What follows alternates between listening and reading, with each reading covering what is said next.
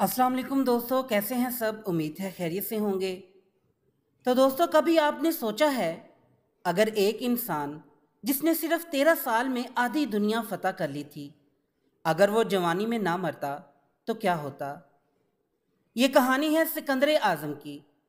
वो इंसान जो सिर्फ 32 साल की उम्र में मर गया। लेकिन सवाल यह है, अगर वो जिंदा रहता तो दुनिया की तारीख क्या इसी तरह लिखी जाती जैसी आज लिखी गई है। क्या रूमी सल्तनत कभी वजूद में आती? क्या आज हम सब यूनानी जुबान बोल रहे होते? जानने के लिए वीडियो को एंड तक देखें, और जिन्होंने मेरा चैनल सब्सक्राइब नहीं किया वो ज़रूर करें, ताकि इसी तरह हिस्ट्री से मुतल्लिक आपके नॉलेज में इजाफा होता रहे। तो चलिए दोस्तों, वीडियो शुरू करते हैं।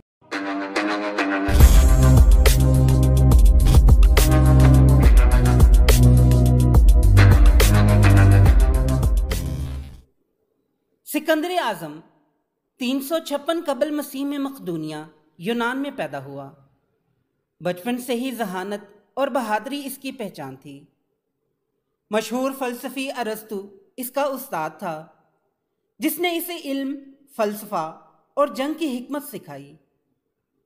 सिर्फ 20 साल की उम्र में बादशाह बनने के बाद सिकंदर ने अपने वालिद के ख्वाब को हकीकत बनाया, एक मुत्तहिदा यूनान और फिर एक अजीम सल्तनत। यूनान के बाद इसने अपनी नज़रें दुनिया पर गाड़ दीं। पहले ईरान की अजीम हखामुनशी सल्तनत को शिकस्त दी, फिर मिस्र गया और वहाँ शहर सिकंदरिया आबाद किया, जो आज भी इल्म और तहजीब का मरकज़ माना जाता है।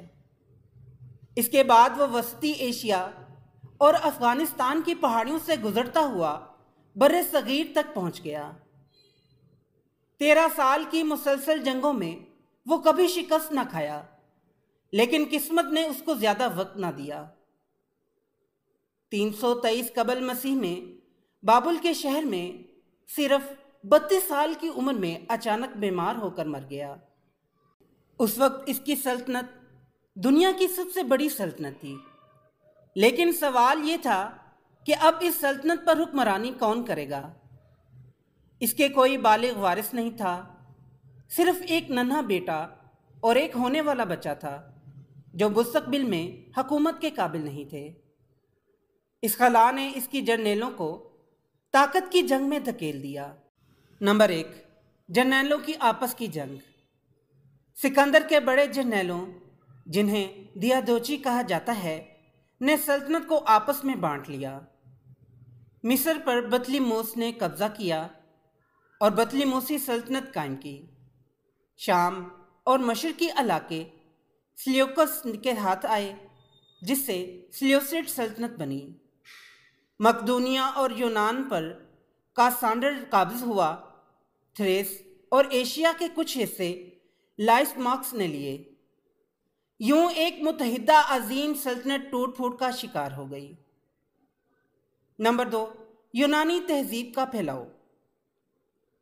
अगरचे सल्तनत टूट गई, मगर यूनानी जुबान, फ़नून और कल्चर हेलेनिस्टिक दौर के नाम से फैलता रहा। उस दौर में यूनानी और मुकामी तहजीबों का मिलाप हुआ, जिसके असरात आज भी दुनिया में नजर आते हैं। नंबर 3, ताकत का मरकज बदल गया। सिकंदर की मौत के बाद ताकत का मरकज यूनान और मकदूनिया से हटकर रोम की तरफ मुंतकिल हुआ। यही रोम बाद में यूरोप की सबसे बड़ी ताकत बन गया। अब इस सवाल की तरफ आते हैं कि अगर सिकंदर जिंदा रहता तो क्या होता। अब इल्मी और तज्जियाती अंदाज में देखते हैं कि अगर सिकंदर मजीद 20 या 30 साल जिंदा रहता तो दुनिया की तारीख किस रुख पर जाती। नंबर 1, रूमी सल्तनत कभी ना बनती। सिकंदर ने रोम पर हमले का मंसूबा बनाया था। अगर वो जिंदा रहता तो रोम खत्म हो जाता और यूरोप पर यूनानी तसल्लुत कायम रहता। इसका मतलब यह है कि बाद में यूरोप में जो रोमन सल्तनत बनी वो शायद कभी वजूद में ही ना आती। नंबर 2, यूनानी जुबान दुनिया की आलमी जुबान बन जाती। यूनानी उस वक्त इल्मी, फलसफियाना और साइंसी जुबान थी। अगर सिकंदर जिंदा रहता तो ये जुबान पूरे यूरोप, एशिया और शायद हिंदुस्तान में भी फैलती।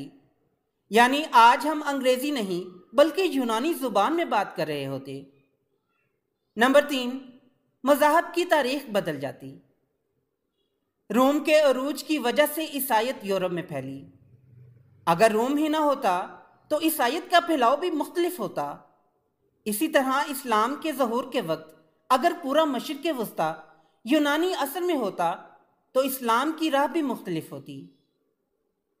नंबर 4, हिंदुस्तान पर यूनानी हुकूमत। सिकंदर बर्रे सगीर तक आया था मगर मुकम्मल कब्जा ना कर सका। अगर वो जिंदा रहता तो बर्रे सगीर को मुकम्मल फतह करने की कोशिश करता। इसका मतलब है कि मौर्य सल्तनत कभी ना बनती और हिंदुस्तान का मजहबी और तहजीबी नक्शा आज के बिल्कुल बरअक्स होता। नंबर 5, एक सुपर पावर सल्तनत का तसलसल। सिकंदर अगर जिंदा रहता तो मुमकिन है कि दुनिया एक ही सल्तनत के ज़ेरे निगीं रहती। ऐसी सूरत में शायद कौमी सरहदों का तस्वर ही ना होता। दुनिया एक यूनानी सुपर पावर के तौर पर हजारों साल तक चल सकती थी। सिकंदर की मौत ने तारीख का धारा बदल दिया। अगर वो जिंदा रहता तो रोम का अरूज ना होता, जुबान और तहजीब यूनानी रहती और दुनिया की मजहबी और सियासी तारीख शायद मुकम्मल तौर पर मुख्तलिफ होती।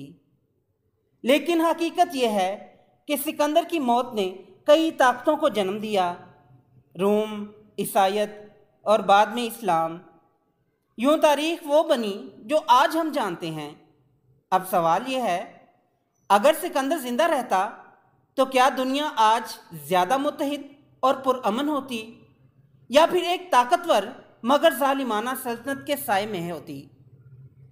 अपनी राय कमेंट में हमें ज़रूर दें। तो दोस्तों, ये थी आज की वीडियो पसंद आई हो तो लाइक ज़रूर करें और मेरे चैनल को सब्सक्राइब करें। फिर मिलते हैं एक नई वीडियो के साथ। तब तक के लिए इजाज़त दें। अल्लाह हाफिज़।